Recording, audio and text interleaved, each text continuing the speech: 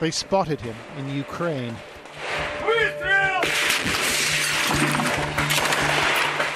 A volunteer fighting for the rebels in the eastern part of the country.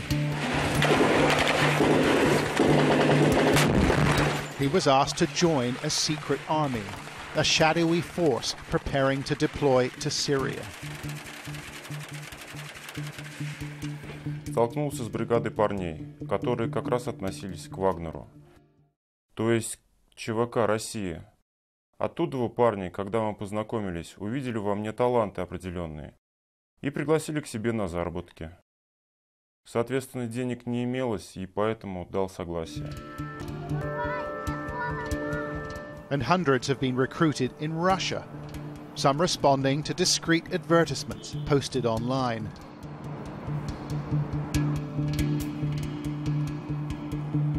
Wagner looking for men who are physically fit and willing to fight, and it's ready to pay the princely sum of £3,000 a month. Потом просто подошел ко мне мальчик и сказал так и так. Я не верил этому сначала, но все-таки зацепило меня. Мы все начали, конечно же, копаться в интернетах, ну и сделали очную ставку. Привели нас 4 человек. Что нам главнее было? Конечно же, деньги. Все ищут легких денег, и мы подписались на это.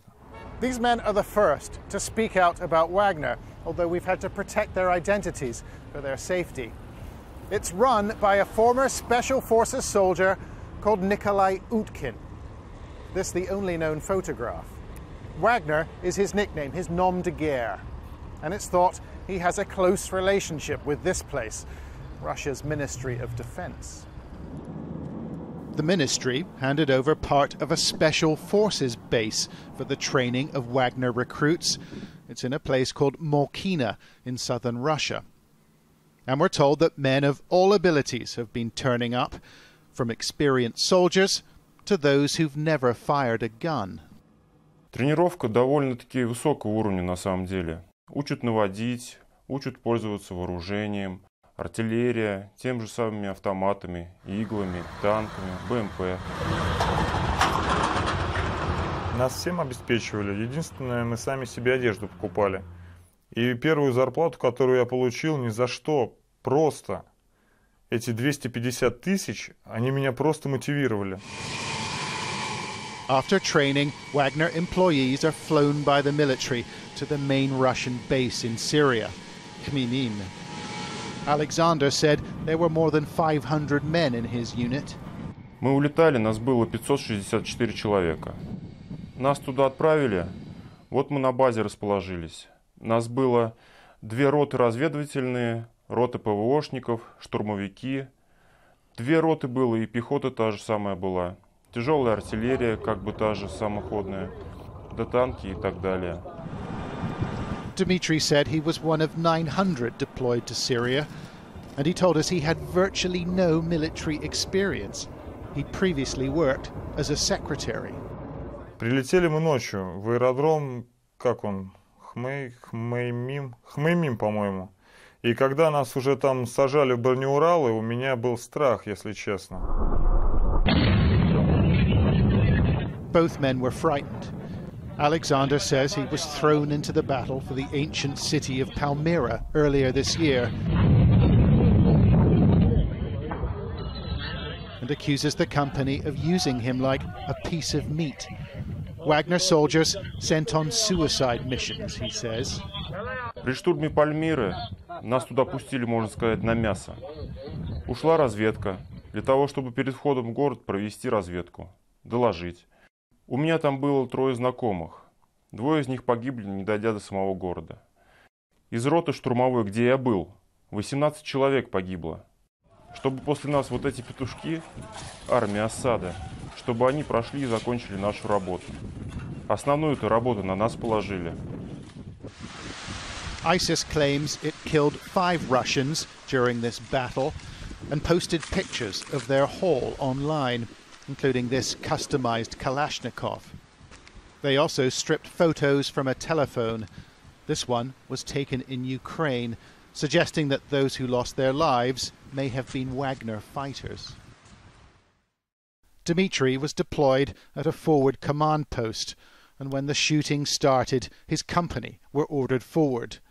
It was like World War II, he said. Потом я начал ходить, плакать. Ну, не в прямом смысле слова, конечно. И не я один. Там половина состава начала ходить, вынуждать, чтобы их отвезли домой любыми путями.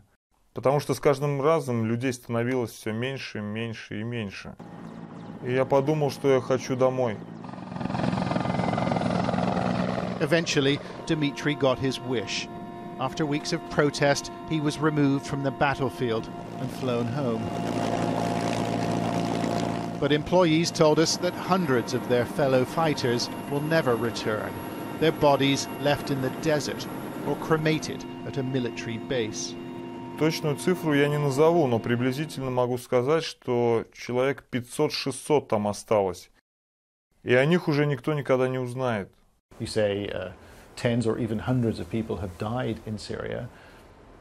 Where are the bodies? Where are the grieving families? Ну а кто вам о таком скажет? Либо в крематорий отправляют сжечь в прах и числятся как без вести пропавшие, либо хоронят под предлогом, что он участник боевых действий на Донбассе, либо машину сбила и так далее.